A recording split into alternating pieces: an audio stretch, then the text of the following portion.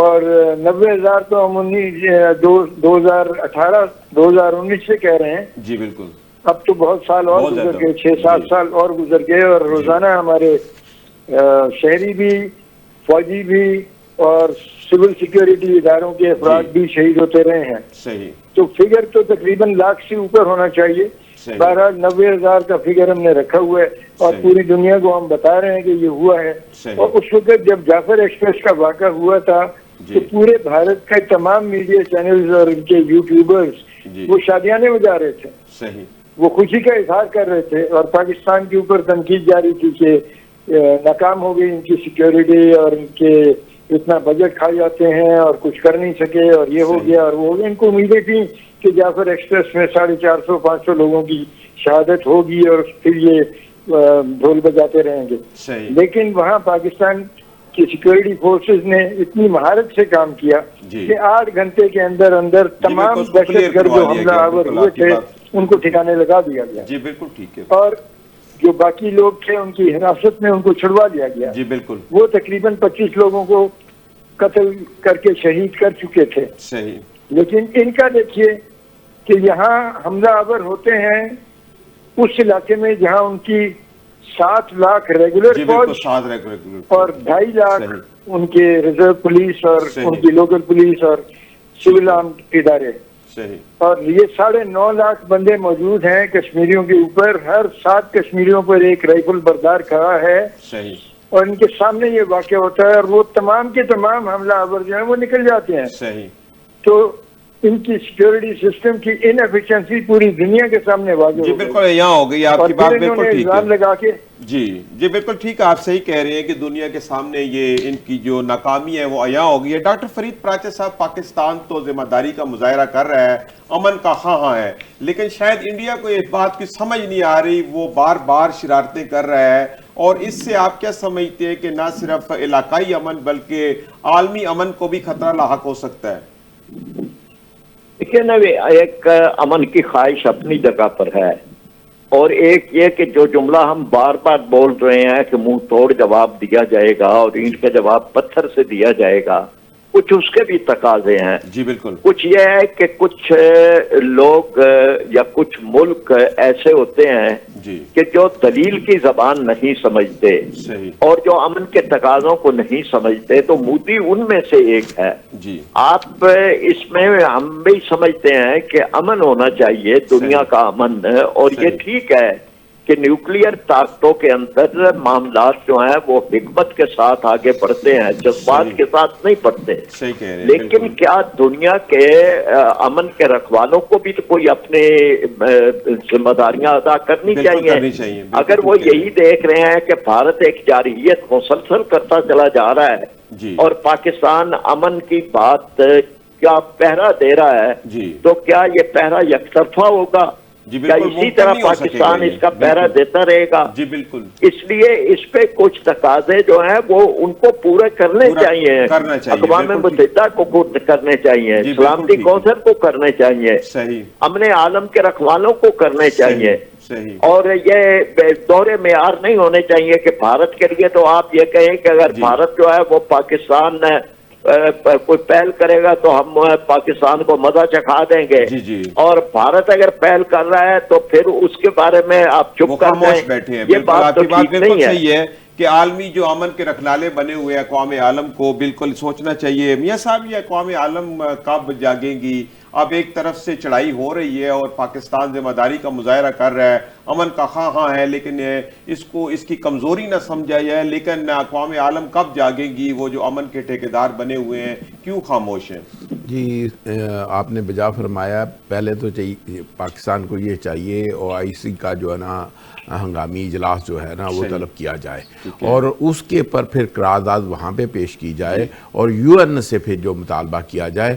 یہ بھی جو سفارتی محاذ ہے اس کے اوپر ہمیں بڑا کام کرنے کی اس وقت بڑی اشد ضرورت ہے.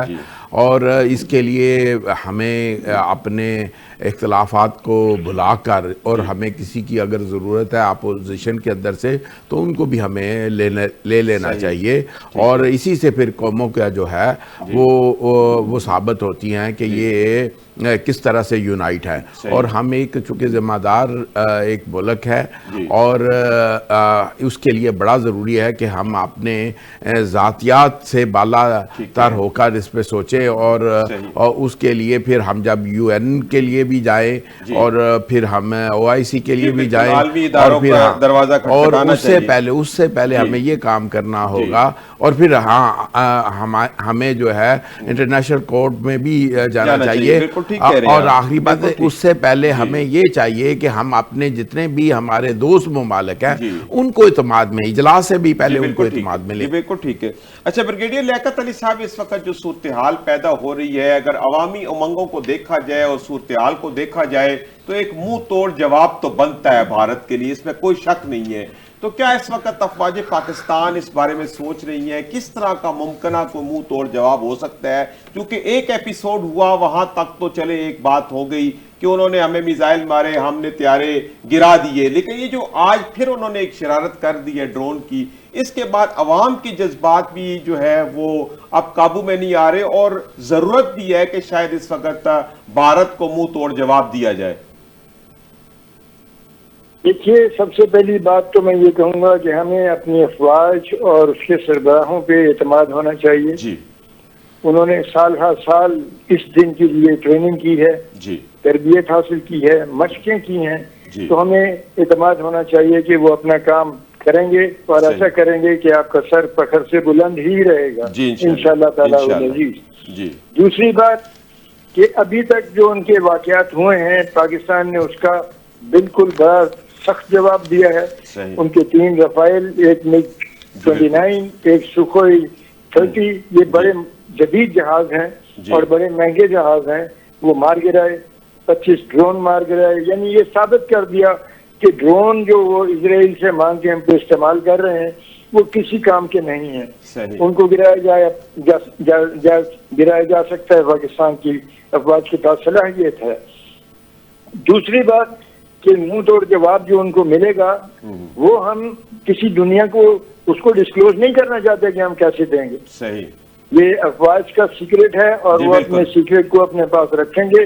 عوام سے اعتماد چاہیے اور عوام کو یہ بھی سوچنا چاہیے ہمارے ہاں جو دانشوریہ ہے، جو دانش کے ٹھیکیدار بنے ہوئے ہیں، وہ بار بار یہ کہتے رہتے ہیں کہ ملٹری بجٹ بوجھ ہے ہم پر. آج ان کو سمجھ آنا چاہیے کہ ملٹری بجٹ کیا وقت ہے اور کیا اس کی ضرورت ہے. اور یہ ایٹیچیوڈ چینج ہونا چاہیے. افواج پہ تنقید کرنا فیشن بن چکا ہے ہمارے ہاں. افواج کے کسی بھی فیسلٹی کے اوپر حسد کی نگاہ رکھنا یہ ہمارے یہاں فیشن بن چکا ہے. ہمیں ان حرکتوں سے باز آنا ہے اور یہ وقت ہے کہ ہم اتحاد قائم رکھیں، اپنی فوج پہ اعتماد رکھیں اور یقین رکھیں کہ وہ بھارت کو درست جواب دیں گی اور ایسا جواب دیں گی کہ بھارت یاد رکھے گا. ہم نے 56 سال اس دن کا انتظار کیا ہے. ہم اس دن کے انتظار میں بیٹھے ہیں اور ہم کہتے رہے ہیں وائے کوشش کو پھر سجائے کبائے رنگی ادائے سادہ. ہم تو بیٹھے ہیں، آؤ خوشبو لگا کے اور دیکھو کہ ہم تمہارے ساتھ کیا کرتے ہیں. ابھی تک جو تم نے وار کیے ہیں انیشیل اوپننگ فیزز کے اندر منہ کی کھائی ہے.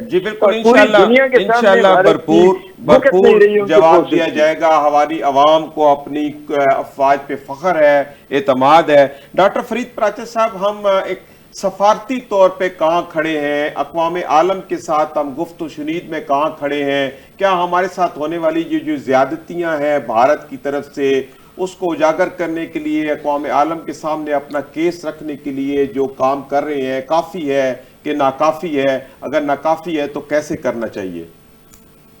دیکھیے، بہت ساری چیزیں تو ہمارے حق میں ہیں اور ہمیں اس کو اپنے حق میں کرنے کے لیے اور ایکٹیو ہونا چاہیے. لیکن اس وقت جو صورتحال ہے وہ ہمارے حق میں ہے. بھارت نے ایک زیادتی کی، ناجائز کیا اور اس نے دہشت گردی، ہمیں کہا کہ ہم نے دہشت گردی کے اس نے ٹھکانوں کو نشانہ بنایا ہے. دنیا کے سامنے آ گیا کہ کون سے دہشت گرد تھے وہاں پہ. معصوم بچے تھے، مساجد تھی، عہدے تھی، نمازی تھے اور کوئی دہشت گرد نہیں تھا. وہ بات تو بالکل واضح ہو گئی کہ وہ بھارت بے نقاب ہو گیا.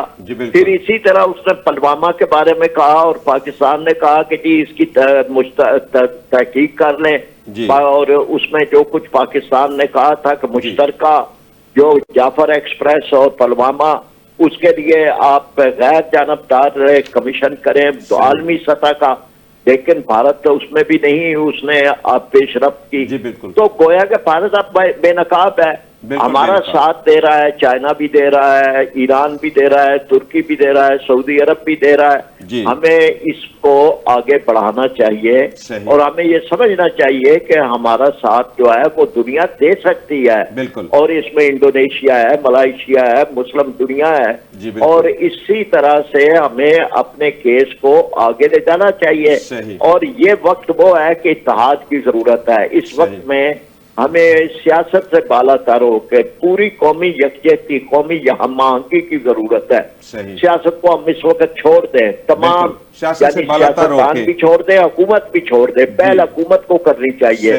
اور اس وقت ایک ایسی ہم آہنگی ہو کہ آپ دنیا کے اندر ایسے وفود بھیجیں کہ جس میں تمام جماعتوں کی بھی نمائندگی ہو، پارلیمنٹ کی بھی ہو، حکومت کی بھی، اپوزیشن کی بھی، اور دنیا کے پاس بھیجے، اور تاکہ ان کے پاس ایک میسج بھی جائے، اور وہاں پہ جا کے لوگوں پارلیمنٹیرینز کو بھی اور ان کے اہل حل و عقد تک بھی بات پہنچائیں، اور اس طرح سے بھارت کو بے نقاب کیا جائے.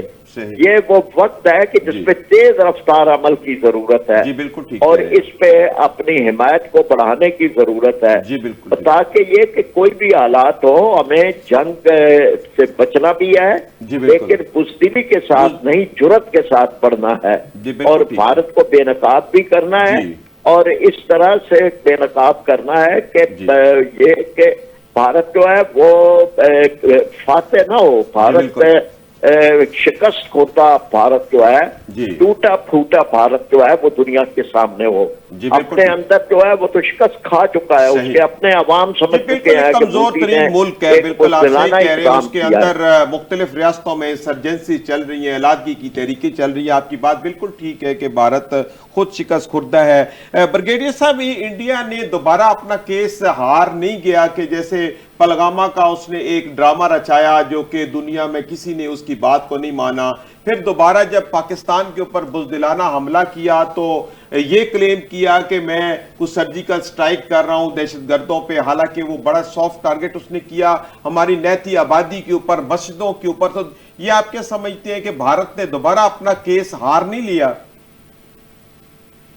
بالکل ہار لیا. آپ دیکھیں کہ امریکہ جو ان کا حلیف ہے، جس کے ساتھ ان کے معاہدے ہیں، اور یہ جس کا چائنا کے خلاف جس کی سائڈ لے رہے ہیں امریکہ، اس کے صدر نے ان کے عمل کو شرمناک کہہ دیا. جی بالکل.